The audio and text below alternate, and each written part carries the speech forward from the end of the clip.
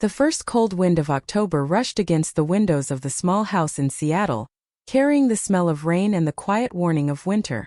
Emma stood in her room, staring at the thin crack in the curtain where a sliver of pale streetlight entered.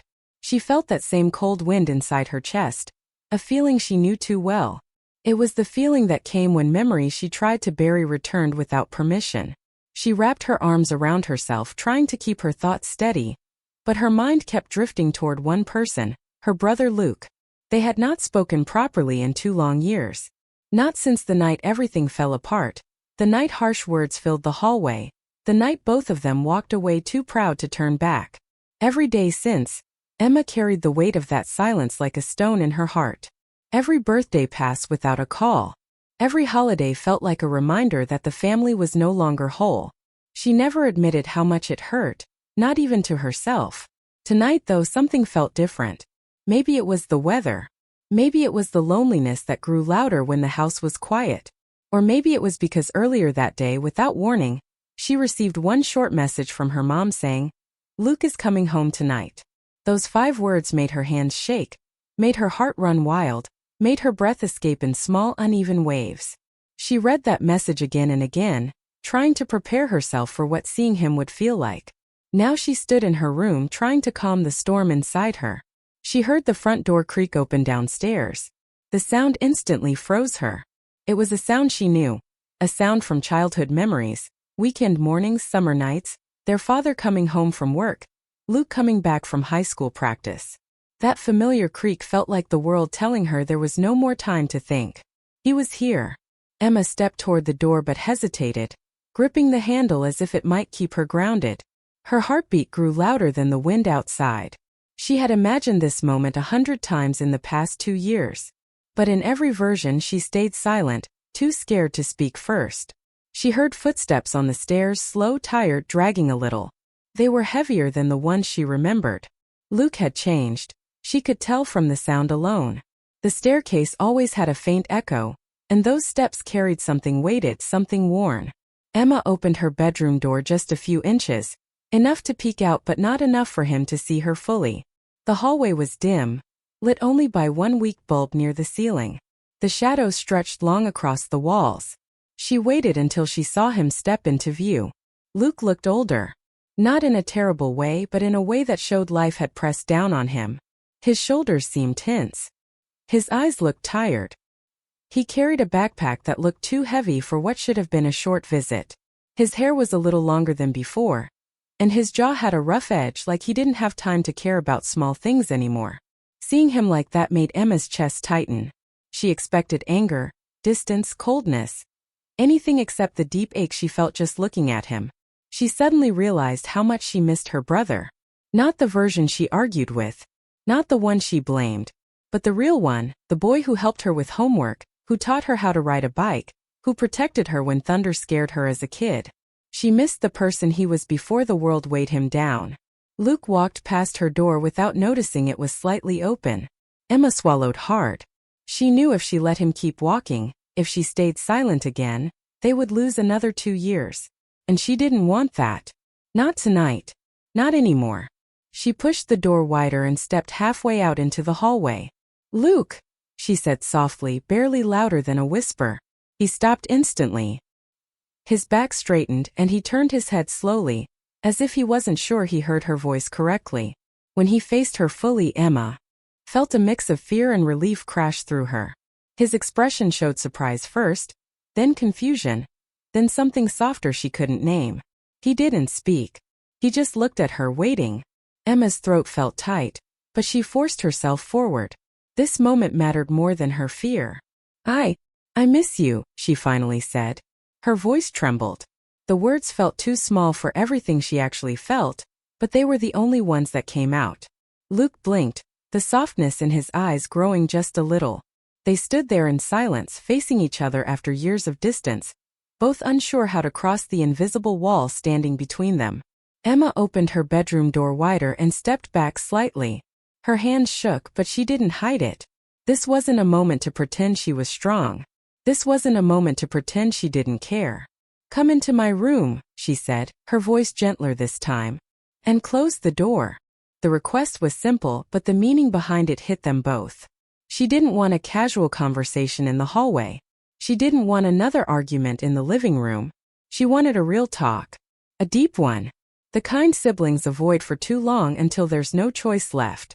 She wanted to open old wounds so they could finally heal. Luke hesitated.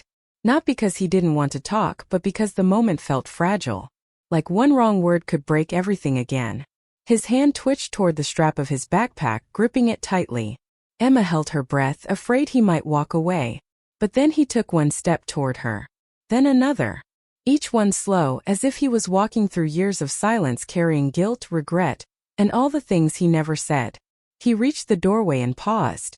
His eyes scanned her room, the same room from childhood, now older, quieter, filled with pieces of who she had become. He seemed nervous, unsure if stepping inside meant opening doors he avoided for too long. Emma gave him one small nod. A silent reassurance. A silent "I'm ready if you are." Luke took a breath and finally crossed into the room. The moment felt heavy, almost sacred. The kind of moment where two stories once pulled apart slowly begin to find their way back together. But before the door could fully close, Luke's phone buzzed loudly in his pocket. The sound cut through the quiet tension like a sharp blade. He frowned, pulled out the phone and looked at the screen. The moment he saw the caller ID, his entire expression changed. The tiredness in his face deepened. His jaw tightened. His eyes darkened with something Emma had never seen before. Worry, fear, or something worse. Emma watched him closely. Her heart thudded with new anxiety. That phone call wasn't normal. It wasn't random. It was something that grabbed him instantly and forced him out of the moment they were finally stepping into. His fingers tightened around the phone as it kept vibrating endlessly. Emma stepped forward, her voice barely above a whisper. "Luke, who is it? What's wrong?" Luke didn't answer. He didn't move. He just stared at the screen like it carried a truth he didn't want to face. Then slowly he pressed silence without picking up. His hand trembled slightly. He looked up at Emma. And for the first time since he arrived, she saw real fear behind his eyes. Luke held the silent phone in his hand as if it weighed 100 pounds. The screen dimmed, but the tension it created stayed heavy in the room. Emma watched him closely, sensing there was something deeper behind his stiff expression. His shoulders were tight, his breath uneven, and his eyes kept drifting toward the door like he expected something bad to happen at any moment. Emma closed her bedroom door gently, blocking out the hallway and the cold light outside. The small click of the door latch felt like sealing them inside a moment that had been waiting for years. The air felt fragile, like one wrong move could break everything they were finally trying to rebuild. They sat on the edge of the bed side by side, but still carrying the weight of 2 years of silence between them. Emma sat with her hands folded in her lap, trying not to stare but also trying not to look away. Luke looked at the floor first, then at his hands, then finally at her. It was clear he didn't know how to start, and it made him look younger than he was, like the old Luke she used to know. Emma decided to speak first. Her voice came out soft but steady. "Luke, you didn't say anything when you walked past earlier. I thought maybe you didn't want to talk to me." He shook his head quickly, almost defensive. "No, that's not it. I just didn't know what to say. I didn't know if you'd even want me here." That answer hit her unexpectedly, like a quiet truth she wasn't prepared for. She had assumed he avoided her because he was angry or didn't care anymore, not because he doubted she wanted him around. That thought made her chest ache. "I wanted you here," Emma said gently. "I wanted you here for a long time. I just didn't know how to reach out without making things worse." Luke let out a breath he had been holding in his chest. He rubbed his face with tired hands, like he'd been carrying too many heavy thoughts for months. "I didn't leave because of you," he said. "I left because I felt like I was falling apart. I didn't want anyone to see me like that." Emma blinked at him, surprised. Luke had always been the strong one, the problem solver, the calm, collected brother who handled everything. Hearing him say he was falling apart felt like discovering a hidden truth about someone she thought she knew completely.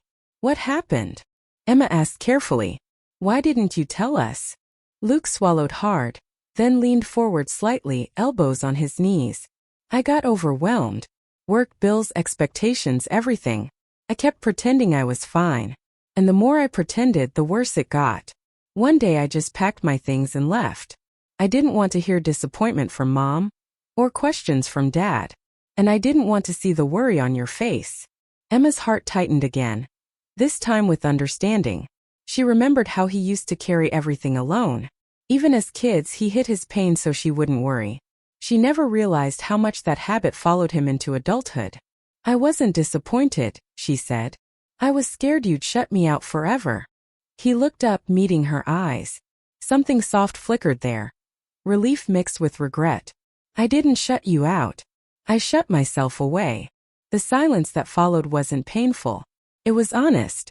A quiet space where truth filled the room rather than anger or blame. Emma pointed toward his still trembling phone, lying between them on the bed. Then what's happening now? That call. You look terrified. Luke hesitated. His jaw tightened slightly, a sign he didn't want to talk about it but knew he had to. He picked up the phone, looked at the caller ID again and exhaled slowly. It's the hospital, he said. Emma's stomach dropped.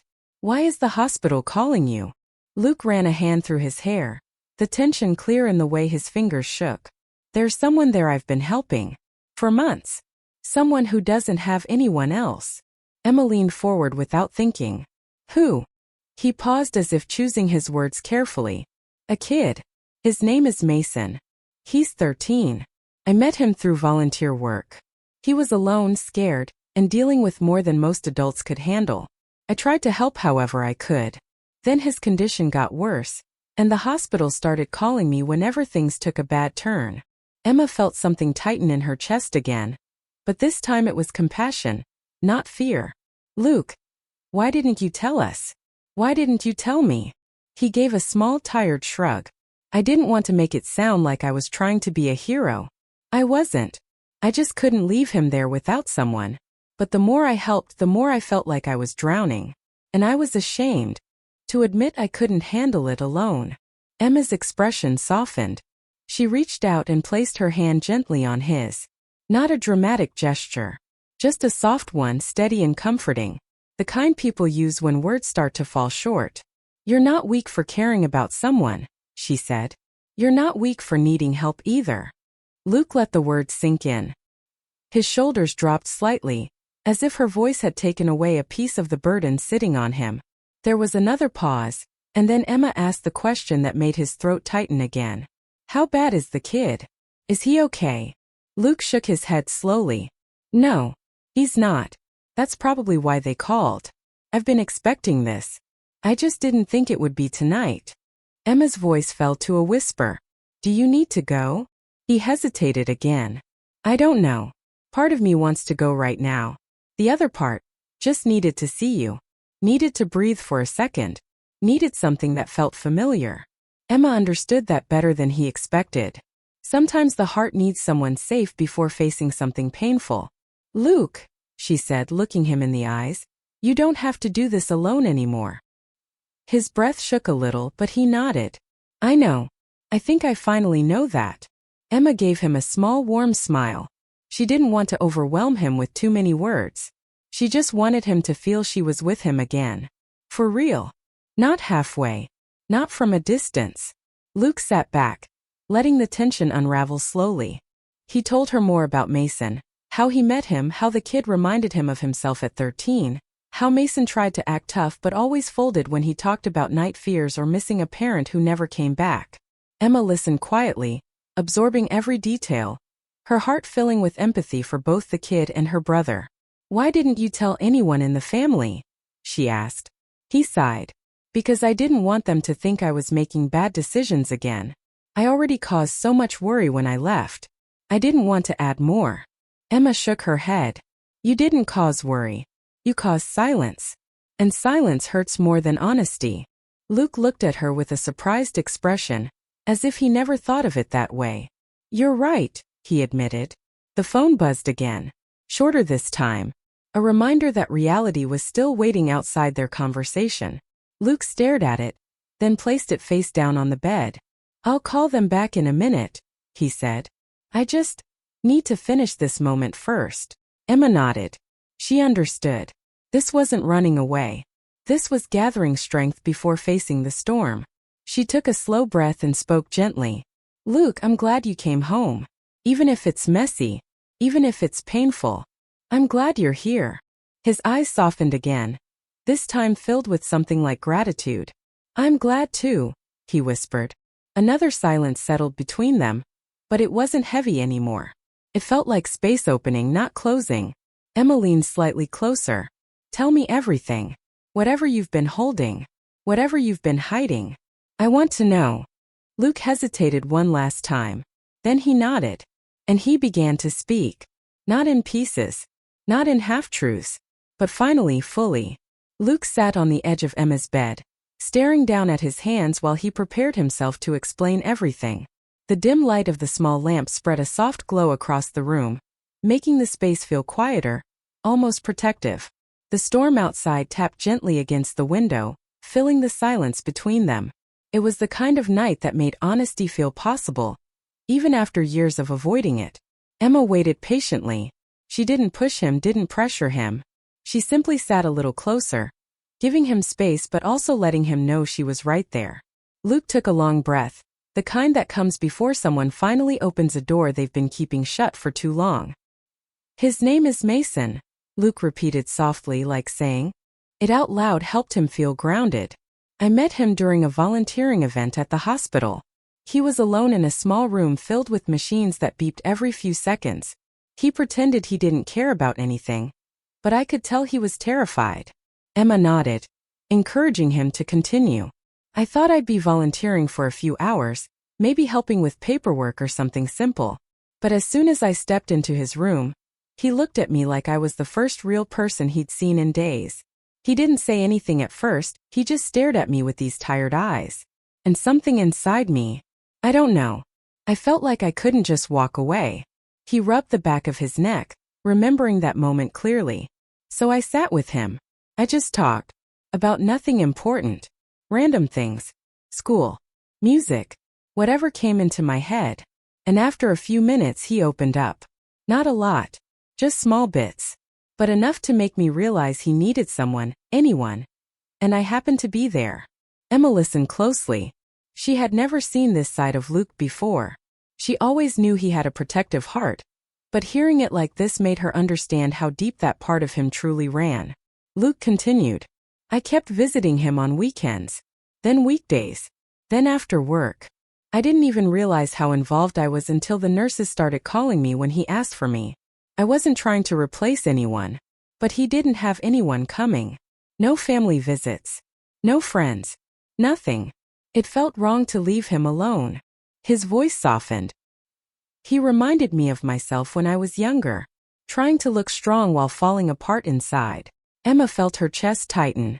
She wanted to reach out and comfort him, but she knew he still had more to say. One night he had a bad episode, Luke said, staring at the floor again. The doctor asked if anyone could come, and when they realized he didn't have anyone, they asked me.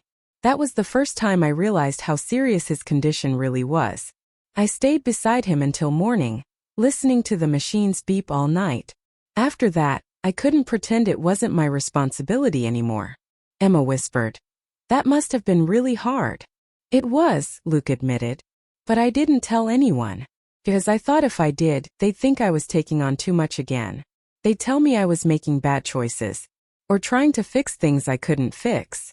There was a long pause before he added quietly. And then things got worse. Emma's breath caught. What happened? He collapsed about 3 weeks ago, Luke said, his voice shaking just slightly. Right in front of me.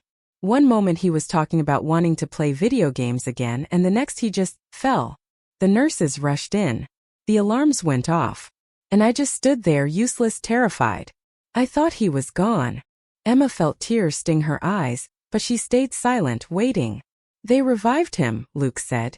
But the doctor told me they weren't sure how long his body could keep fighting. That's when they started calling me more often. I didn't know what to do. I couldn't leave him. But I also couldn't keep pretending I was okay.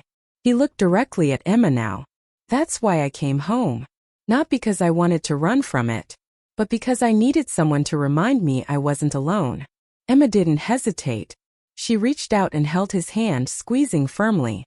"You were never alone," she said in a steady voice. "You just forgot that we're still here." Luke's eyes softened with relief he didn't know he needed. The silence that filled the room wasn't heavy anymore.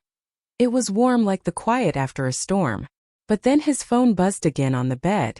The name Seattle Children's Hospital flashed once before the screen dimmed. Luke looked at the phone, then at Emma with uncertainty. "I should go," he said quietly. "He might need me." Emma stood up without hesitation. "Then I'm coming with you." Luke blinked in surprise. "Emma, you don't have to." "I want to," she interrupted, her voice firm. "You've been carrying this alone for too long.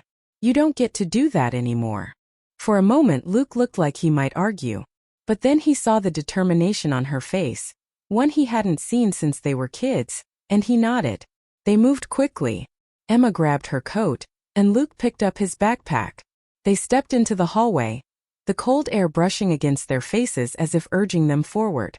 The house felt different now, no longer heavy with 2 years of silence. Instead, it felt like the beginning of something new. When they reached the car, Luke hesitated again. "Thank you for coming," he said softly. "You would have done the same for me," Emma replied. They drove through the quiet streets of Seattle, passing dim streetlights and empty sidewalks. The city felt calmer than usual, as if holding its breath for them. The rain had slowed to a soft drizzle, tapping lightly against the windshield in a steady rhythm. Luke kept his eyes on the road, but Emma could tell he was replaying memories in his head. Moments with Mason, moments of fear, moments of hope. When they finally reached the hospital, the fluorescent lights inside washed over them with cold brightness. Nurses hurried down the halls, doctors moved with purpose, and machines beeped faintly from behind closed doors. Luke led the way, moving through the familiar corridors with a mix of dread and determination. They stopped outside a small room. The door was slightly open. Inside, they could hear the soft whir of medical equipment. Luke took a slow breath before stepping inside. Mason lay on the bed, smaller than Luke remembered him. His skin looked pale, his eyes half open but unfocused. A nurse stood nearby, checking the monitors with a sympathetic expression. When she saw Luke, she stepped back slightly. "He's been asking for you," she said quietly. Luke moved closer. Emma stayed near the door, giving them space but still close enough to hear. "Mason," Luke said gently. "Hey buddy. I'm here." The boy blinked slowly, turning his head with effort. When his eyes landed on Luke, a tiny smile tugged at the corner of his mouth. "You came back," Mason whispered. "Of course," Luke replied. "I'm not going anywhere." The boy's gaze drifted toward Emma. "Who's that?" Luke glanced back at her with a small smile. "That's my sister," he said. "She came to meet you." Emma stepped forward and waved softly. "Hi, Mason." The boy gave the smallest nod before closing his eyes again. The machines continued their steady rhythm, filling the room with a quiet, fragile calm. Luke pulled a chair close to the bed and sat down, placing his hand gently on the blankets near Mason's arm. He didn't speak. He didn't need to. Just being there mattered more than words. Emma watched silently, her heart swelling with emotion. Not just for Mason but for Luke. For the man he had become. For the bravery he carried quietly. For the compassion he never talked about. After a long moment, Luke looked at Emma with a grateful expression. "Thank you," he mouthed silently. Emma nodded. "Always," she whispered back. And in that cold hospital room, with rain tapping against the windows and machines humming softly in the background, something shifted inside both of them. They were not broken siblings anymore. They were a family again. And this night, this long, emotional, unexpected night, became the beginning of their healing.